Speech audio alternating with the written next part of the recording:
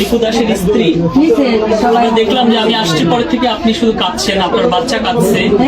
আপনার কি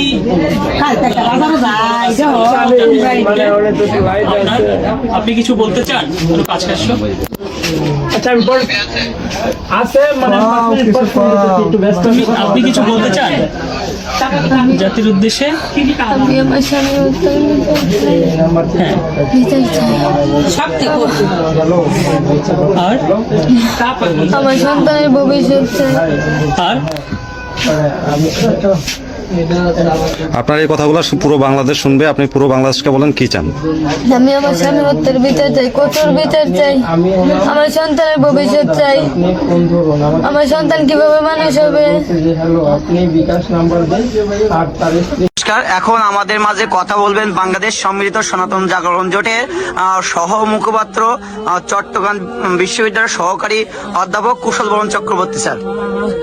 আচ্ছা, আপনি আপনার যে ঘটনাটা যখন শুনলেন আপনার ছেলে মারা যায়, আপনি কয়টা থেকে শুনলেন?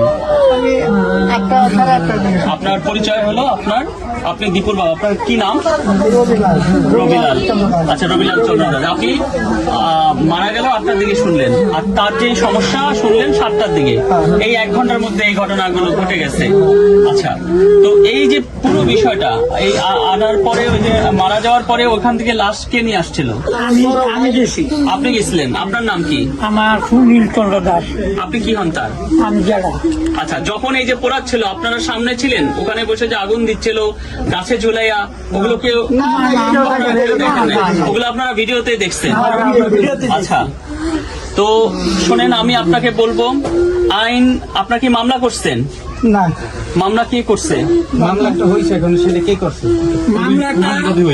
আপনারাই বাদী, আপনার ওরাও এর বিরুদ্ধে পুলিশ বাদী তো আছে। আপনারা পরিবারের পক্ষ থেকে অবশ্যই আপনাদের পরিবারের পক্ষ থেকেও মামলা করতে হবে এখানে আপনারা, কারণ আপনারা যদি মামলা করেন এনে ভয়ের কিছু নেই। আপনাদের পাশে পুরো বাংলাদেশে শুধু সনাতন ধর্মাবলম্বী না, বাংলাদেশের মানে যাদের মধ্যে শুভ বুদ্ধি আছে সকল মানুষ আছে।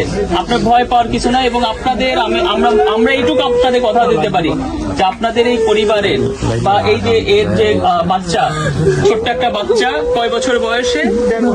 1.5 বছরের বাচ্চা। এই 1.5 বছরের বাচ্চার অন্তত দায়ভার আমরা নেব, যে এর পড়াশোনা থেকে সমস্ত কিছুর খরচ আমরা বহন করব। আপনারা চিন্তা করবেন, এইটুকু আপনাদের বলে। আপনার ছেলেকে তো আমরা ফেরত নিয়ে আসতে পারবো না, বুঝছেন? কিন্তু সে যে এই যে উগ্রবাদীদের নৃশংসতায় যেভাবে মারা গেছে, আমি মনে করি যে এটা বাংলাদেশের একটা লজ্জা পুরো দেশের, এবং যারা হয়েছে তাদের দৃষ্টান্তমূলক আমরা শাস্তি আমরা চাই। তো আপনার সাথে সর্বশেষ আপনার ছেলের কতদিন আগে দেখা হয়েছে? আপনার সর্বশেষ? আচ্ছা আচ্ছা, ঠিক আছে মাসিমা, আপনি কাঁদবেন না।